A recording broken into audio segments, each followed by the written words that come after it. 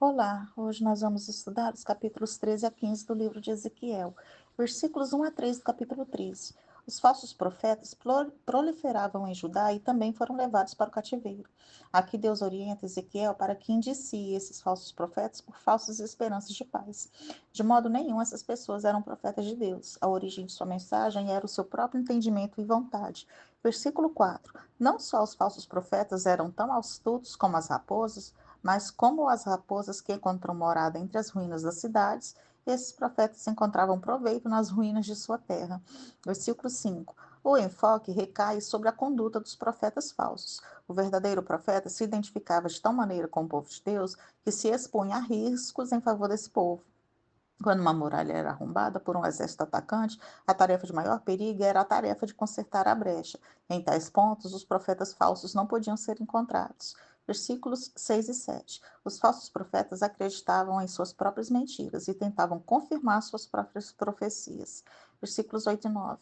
Uma punição tríplice foi dada aos falsos profetas. Eles não estariam no conselho do povo de Deus, seus nomes seriam riscados do livro dos registros de Israel e eles jamais retornariam para a terra prometida. Os falsos profetas haviam levado o povo a uma falsa segurança. Versículos 10 a 16. Anunciar promessas de paz, enquanto o pecado continuava nos limites do castigo de Deus, era um meio, por assim dizer, de construir uma parede falsa e pintá-la para fazê-la parecer verdadeira. Essa parede, sem nenhuma segurança, estava condenada a desabar quando Deus enviasse a sua tormenta, que retratava o ataque dos invasores.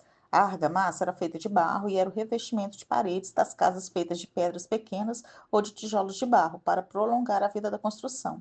A imagem de uma parede sem colocar argamassa passa a ideia de que a palavra de paz dos falsos profetas coloca um verniz de ilusão nas esperanças do povo. Versículos 17 a 19. As mulheres mencionadas nestes versículos são praticantes de mágica e de bruxaria, atividades especificamente proibidas para Israel. Elas ganhavam a vida vendendo amuletos e encantamentos. Aparentemente, estavam até mesmo usando os poderes do mal para causar a morte de certas pessoas. Versículos 20 a 23. Aqui a ideia parece ser a de enlaçar homens como pássaros para tê-los nas mãos e mantê-los cativos sob seus feitiços de magia e adivinhação. Ou é possível que tenha o significado de caçar almas para prometer-lhes prosperidade e bênção por meio de revelações enganosas. Elas praticavam manipulação espiritual, mas Deus daria um fim às falsas profecias e às adivinhações. Agora nós vamos estudar o capítulo 14, versículos 1 a 5 do capítulo 14. Alguns dos líderes e homens influentes de Israel que estavam no exílio eram culpados de idolatria em seus corações. Em outras palavras, eles não eram leais a Deus e à sua palavra, mas tinham permitido que outras coisas tivessem prioridade sobre o Senhor. Eles rejeitaram os propósitos de Deus e desejaram um estilo de vida ímpio. A idolatria praticada pelos exilados hebreus da Babilônia era mais sutil, mas o Senhor revelou a verdade a Ezequiel sobre o coração dos homens que o procuraram. A resposta e o juízo de Deus contra aqueles que adoravam ídolos viria, mas era para o próprio bem deles, para que o seu povo não continuasse separado do Senhor. Versículos 6 a 8. O Senhor respondeu ao questionamento com apenas uma maneira, por um chamado ao arrependimento.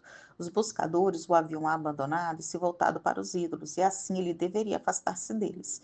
Os culpados, tanto os que haviam voltado para Jerusalém como os que estavam no exílio, que toleravam as mesmas coisas, deveriam se arrepender, abandonar a idolatria e voltar-se para Deus. Ser eliminado se refere a sofrer morte prematura, eventualmente através da pena de morte.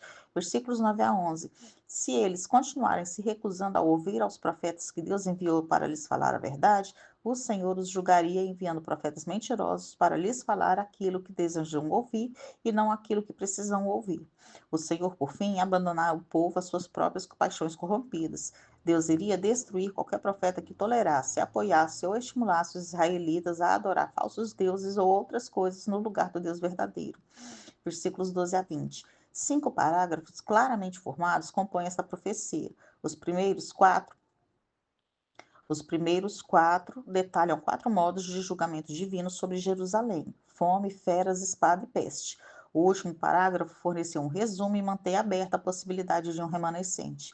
Embora Noé fosse um homem justo e inculpável entre os de sua geração, o mundo não foi poupado por causa de sua presença. Jó, por igual modo, era inculpável e reto, mas isso não poupou a sua família.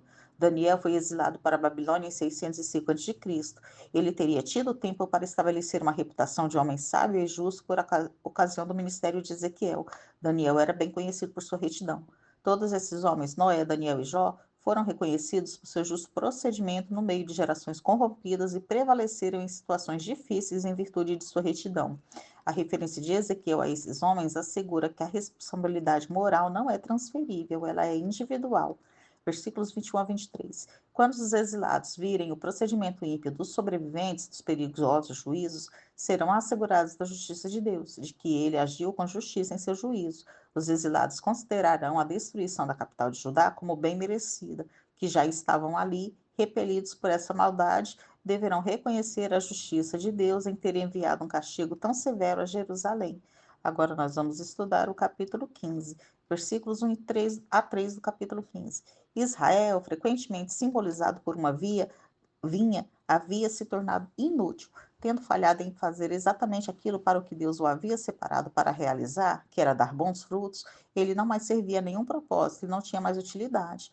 Outras árvores podem ser usadas como madeira para a construção de certas coisas, mas os ramos de uma vinha infrutífera para nada servem, eles nada valem. Em qualquer tempo, o valor do povo de Deus está na sua capacidade de dar bons frutos. Versículos 4 e 5. A queima de ramos infrutíferos de uma vinha simboliza o castigo de Deus nas deportações de 605 a.C. e 597 a.C., o que levou à conquista final de Jerusalém em 586 a.C. Versículos 6 a 8. A madeira de uma videira só serve para ser queimada, e assim aconteceria com os moradores de Jerusalém. O profeta aplica o símbolo a Israel e prediz a desolação da cidade e da terra prometida. Nós terminamos aqui o estudo dos capítulos 13 a 15 do livro de Ezequiel.